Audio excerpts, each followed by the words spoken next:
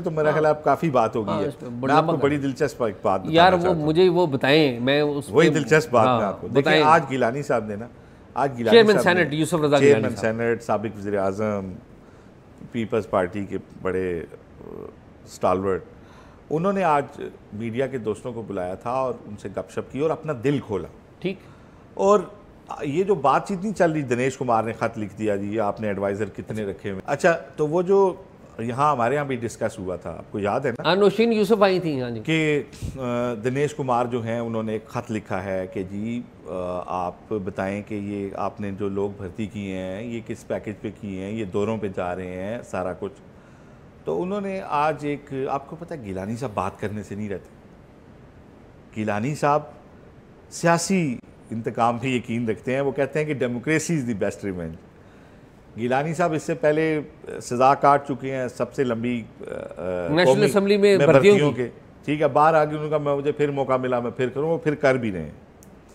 अब वो chairman senate है, वो फिर उन्होंने जो आज एक बात की ना, वो बड़ी, आपको याद होगा इससे पहले उन्होंने फ्लोर ऑफ द हाउस भी एक दफ़ा कहा था कि ये बगैर वीज़े वाले कहाँ से आए। जी जी जी, आप हमारे से पूछते हैं कि वीज़ों का तो बगैर वीज़े वाला है, ये जो आए ये किसकी इजाज़त से आए, बड़ा इस पर ले जी, दे, जी, जी, उसकी भी कीमत उन्हें देनी पड़ी, वो अदालत से नायल हो गए। आज उन्होंने एक और बात की, उन्होंने कहा यार मेरे से तो ख़त लिखा गया और कबल इस, और मैंने मालूमात मंगवाई सेक्रेटेरिएट से, मैंने अभी वो चिट्ठी नहीं खोली तो मैंने देखा टीवी पे वो मालूमात चल रही हैं जो मुझे चिट्ठी में मिलनी थी, और नैब ने मेरे से रिकॉर्ड मांगा तो मैंने उन्हें भी दे दिया है। लेकिन उन्होंने जो बात की ना, उन्होंने कहा जो पिछले चेयरमैन सेनेट थे उनके 6 सालों में यहाँ जो भर्ती हुई है उस पर किसी ने कोई चिट्ठी लिखी है? सादिक संजरानी जो बाप पार्टी के, जो ताकतवर लोगों के चुनिंदा थे, उन्होंने जो गन डाल के गए हैं जो सेनेट के अंदर, वो कितने 100 बंदा रख के गए हैं, और ऐसे ऐसे लोग रख के गए हैं कि 100 से ज़्यादा है, कई 100 बंदा वो रख के गए हैं। उन्होंने कहा उनसे 6 सालों में सवाल भी नहीं हुआ और उन्होंने 6 सालों में जवाब भी किसी को नहीं दिया। तो उन्होंने कहा कि मत करें ऐसे, मैंने तो सबका वो अपना भी सारा, उन्होंने कहा मुझे तो अभी, उन्होंने कहा देखें मुझे 6 वोटों से रह गया था, मैं दूसरी दफ़ा यूनानिमसली बन गया, मुझे कोई इशू नहीं है। उन्होंने कहा मैंने तो सारा रिकॉर्ड दे दिया, नैब ने मांगा मैंने नैब को भी दे दिया, यानी उन्होंने बताया कि नैब भी इस मामले में आ रहा है, यानी कि उन्होंने कहा लेकिन बात यह है, उनसे फिर मैंने कहा देखें आपने प्रोटेक्शन आर्डर जो जारी किए थे, उन्होंने कहा देखें मैं अपना जो काम है वो मुझे आता है, वो मैंने करना है, बाकी अगर रिकॉर्ड मांगा गया तो मैंने रिकॉर्ड दे दिया, मैंने किसी को नहीं कहा, इससे पहले लिख के दिया जाता रहा कि ये क्लासीफाइड डॉक्यूमेंट है, सीक्रेट डॉक्यूमेंट है, नहीं शेयर किया जा सकता कि सेनेट सेक्रेटेरिएट में कितनी भर्ती हुई, कितने पैसों पे हुई, क्या हुआ। उन्होंने कहा मैंने दे दिया, मैंने मंगवा भी, कोई रजिस्ट नहीं किया, नैब को भी भेज दिया है, जिसको चाहिए वो जाके ले भी ले, तो मैंने, और पिछलों का भी मैंने कहा है वो भी दे दें, तो कोई ऐसी बात नहीं है। यानी आज गिलानी साहब ने अपना दिल खोला है साफ़ियों के सामने। अच्छा आसिफ, मैं आपको बताऊं कि पिछले दिनों, आपसे 4-5 दिन पहले चेयरमैन सेनेट यूसुफ रज़ा गिलानी साहब से मेरी मुलाकात हुई, और चूँकि हम वो प्रोग्राम हमने किया हुआ था, वो नौशीन यूसुफ आई थी, और इसी वाले से ये जो बातें आपने कही हैं, ये कमोबेश ये सारी बातें उन्होंने इन पर्सन मुझे बताई। लेकिन एक इजाफी बात थी जो मैं चाहता हूँ कि रिकॉर्ड पे आनी चाहिए। उन्होंने कहा कि जी मेरे बारे में कोई सवाल किया गया दिनेश कुमार से अलावा मालूमात तक रसाई के कानून के तहत, और मैंने वो मालूमात दे दी हैं। और पहले मैंने आते साथ ये कहा था कि पुराना जो चेयरमैन सेनेट है सादिक संजरानी, इसके बारे में मुझसे मालूमात मांगी गई, तो मैंने कहा जी ना दें। मीटिंग बुलाई तो उन्होंने कहा जी मैं उस गड़े मुर्दे नहीं खेड़ना चाहता, तो ना दें। कहते फिर दोबारा दरख्वास्त आई, मेरे बारे में भी आई और पुराने चेयरमैन के बारे में, फिर मैंने मीटिंग बुलाई, कानूनी देखे, तकाजे देखे, और फिर मैंने कहा जी फिर सारी मालूमात ओपन कर दें, ठीक है, और मैंने वो सारी मालूमात दे दी।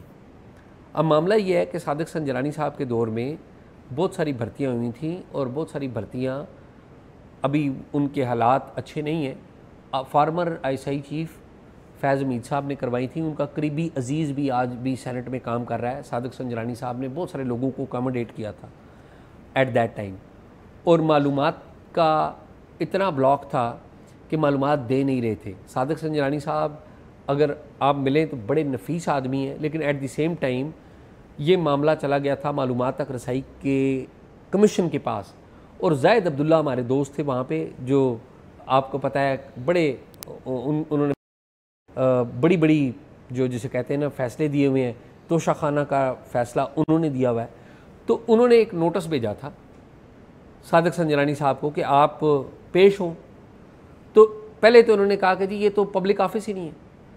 फिर हमारे वो दोस्त हैं बैरिस्टर साहब आजकल उधर खैबर पख्तूनख्वा में, उनको कहा क्या कि या कुछ और सेनेटर्स को कह के इन्होंने मालूमात तक रसाई का जो कानून है मजरिया 2017 उसको अमेंड करने की कोशिश की कि पार्लियामेंट, नेशनल असम्बली, सेनेट और सुप्रीम कोर्ट तो खुद दिया है, पार्लियामेंट जो है वो पब्लिक ऑफिस नहीं है, अवाम के नुमाइंदे वहाँ पर बैठते हैं, पब्लिक ऑफिस।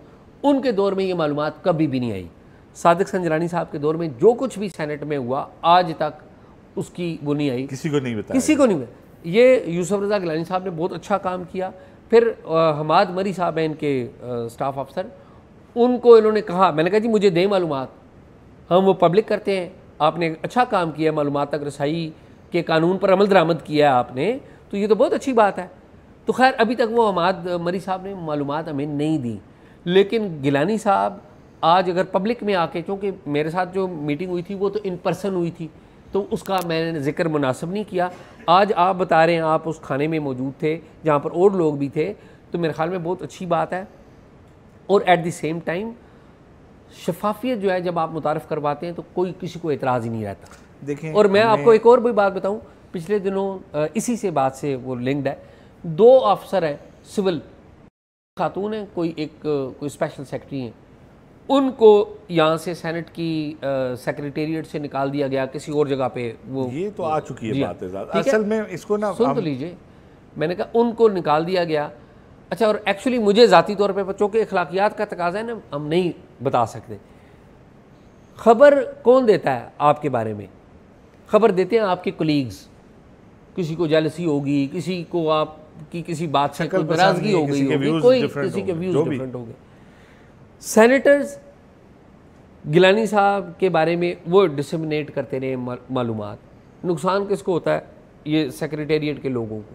मैं ना उस खातून को जानता हूँ ना उस स्पेशल सेक्रेटरी को जानता हूँ, तो मैं ये अर्ज़ करूँगा कि गिलानी साहब ने एक बड़ेपन का मुजाहरा किया है, ये मालूमात दी है, तो उनसे हम बड़ेपन की तवक्को करते हैं। सबसे पहली तो बात यह, गिलानी साहब अगर वाकई बड़े आदमी हैं तो बड़ेपन का मुजाहरा करें, यहाँ पे रूल्स बनाएं कि FPSC के अलावा आइंदा कोई भर्ती नहीं होगी, ये तो होगा बड़ापन। बहुत सही बात। ये जवाज़ है अपनी बदामालियों का भी कि हमारा इस वक्त आर्गूमेंट है वो अकेले बदामाल नहीं, उनका अपना आर्गूमेंट भी है कि पिछले भी थे।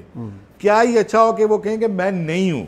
हमारी ये ख्वाहिश है, हमारे अवामी जो नुमाइंदे हैं और बड़े बड़े जो हैं, हम उनसे ख्वाहिश करते हैं कि वो खुद के लिए स्टैंडर्ड्स बनाएं, वो कहें आइंदा FPSC के थ्रू आएगा बना। आप देखें ये नेशनल असेंबली में कितनी भर्तियां की, कोई पूछने वाला ही नहीं। लेकिन अभी अयाज सादिक को आप क्रेडिट दें, उन्होंने कहा है कि मैं नेशनल असेंबली में बंदा FPSC के थ्रू रखूंगा। बहुत अच्छी बात। गिलानी साहब भी करें, इस चैप्टर को आइंदा के लिए बंद करें।